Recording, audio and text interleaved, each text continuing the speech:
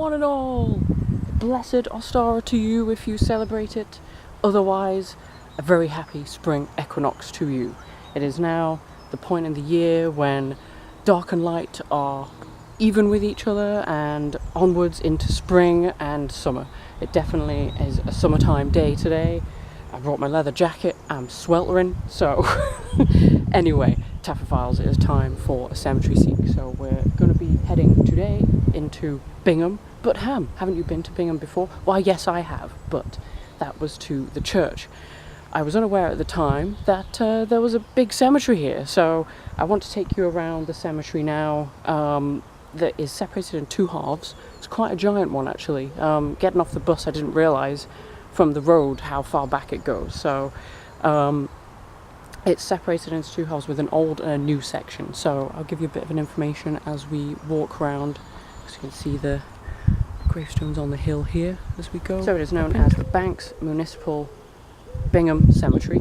Was opened in 1888. And I wanted to just start here because when they were digging up the road for the A46, which is nearby, they found a Roman well. They reconstructed it here, so that's what it would have looked like when they were digging up. And it was nice of them to reconstruct it here. A bit of an information point here as well, showing what it looked like when they unearthed it and where it was. So if that interests you, then that is there too. So I'm going to head up into the cemetery itself because that was the main bit of information that I got, but the rest will be from when we're inside.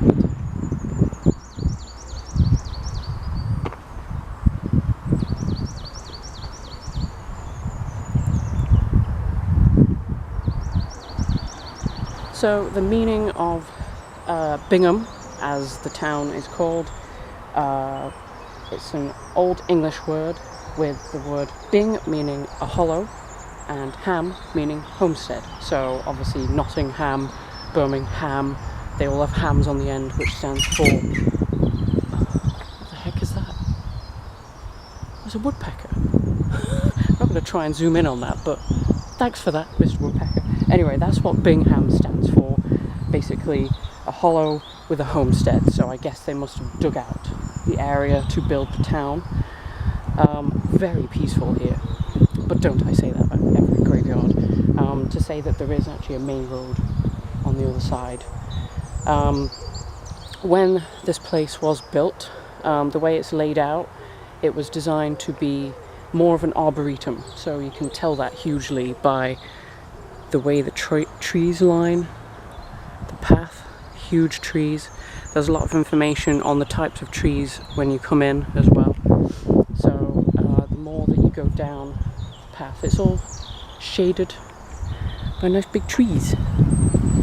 So they have tags on like this, as you would in an arboretum, with this being a Douglas fir. Smells very nice as well.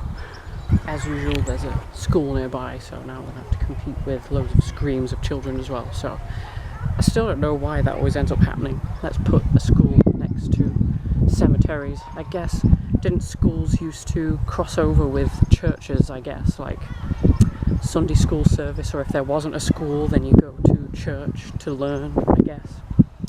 Anyway, we're entering the more recent graves now. I think this is what was meant. Like a little memorial tower in the middle of the garden. I guess I envisioned a giant tower.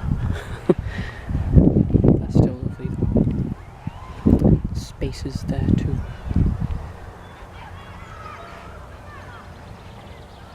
So these are as modern as September last year. One here, the first date is 1980 and the second one is 97, but it's definitely a military grave. Corporal, of perhaps two people that were married, British and American, one from New York and one from the UK. That's lovely too. Why didn't nobody tell me that Robert Redford died in 1894? Obviously not the same actor.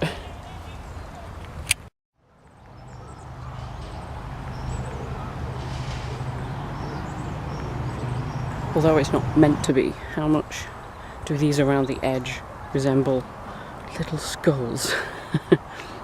I guess once upon a time they must have been a type of flower. Can't really tell anymore. It's been eroded so much on George Swanwick's grave from 1898. And you rarely see this as well. They've actually stuck this grave back together. I don't really know how, actually. Let's just have a look around the back. It's not just balanced on, is it? I really hope it isn't. Usually they put some kind of metal staple or something, but I can't even see concrete. Let's hope that it won't just topple off someday. I'm not going to try and touch it. This person's name was Lot Lauder, which I thought was actually a descriptive on here, but it's not. It's their actual name. Lovely flowers on the top. Sarah, the wife of Lot Lauder of Bingham. That was all the way in, it looks like 1916 from the bottom. And also, I have to point out this one as well. It also says they're of Bingham, but the precariously placed. This has to be cemented. There's no way that that's balancing on there. I don't even dare touch it in the fact that it might fall off. But Thomas Wilson, you must have some kind of screws or something drilled in there. Right in the corner here, an abundance of either some kind of wild garlic or maybe a bluebell of some type. Oh, it's worth it. That one's beautiful. On Ada Wood's grave. Beautiful engravement on the top there. Nice. Even with all of these old graves, right on the corner, we have Elizabeth Linley. For some reason, brand new grave right on the edge. Oh, this one's cool over here. I like that. The scroll and the ferns on it. Isn't the lighting so nice today, everybody? Despite all the sounds that are happening, mowing the lawn, screaming children, planes going overhead, most likely wind blowing around. I can't help it. It's just treat it as my own version of an ASMR video, which actually, everyone, I was thinking of doing. Do you think that would be worth doing? A graveyard ASMR video, which are the relaxing sound effect videos that people do to reduce anxiety and stress. I don't really know if screaming children, sound of lawnmowers, and wind blowing is very relaxing, but I would probably most likely do one with a really good microphone and I guess the crunching of leaves, the sound of birds tweeting. That could work, right? That could work. Fire or something over here, but the wind just blew and all of the pine trees just deposited all of their seeds. Don't really want those going in my eyes and face. But there's the obviousness that it is an arboretum. Oh, actually, I haven't done something. Who's going to be the lucky one? I think you will.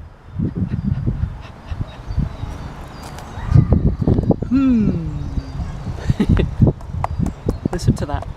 It's so old, all these pieces on here. It's like elephant skin. Okay, I think we're going to conclude that here. I couldn't find a lot of information to do with the place besides it being an arboretum once upon a time. I obviously believe that the church came first, and most likely they ran out of space and opened this place because of obviously the dates and older leading to newer, which is still in use. So for me it is goodbye till next time. I've got quite a few cemetery seeks lined up. If there's more days like this, then that's brilliant. I cannot wait. There's a lot of good ones coming up.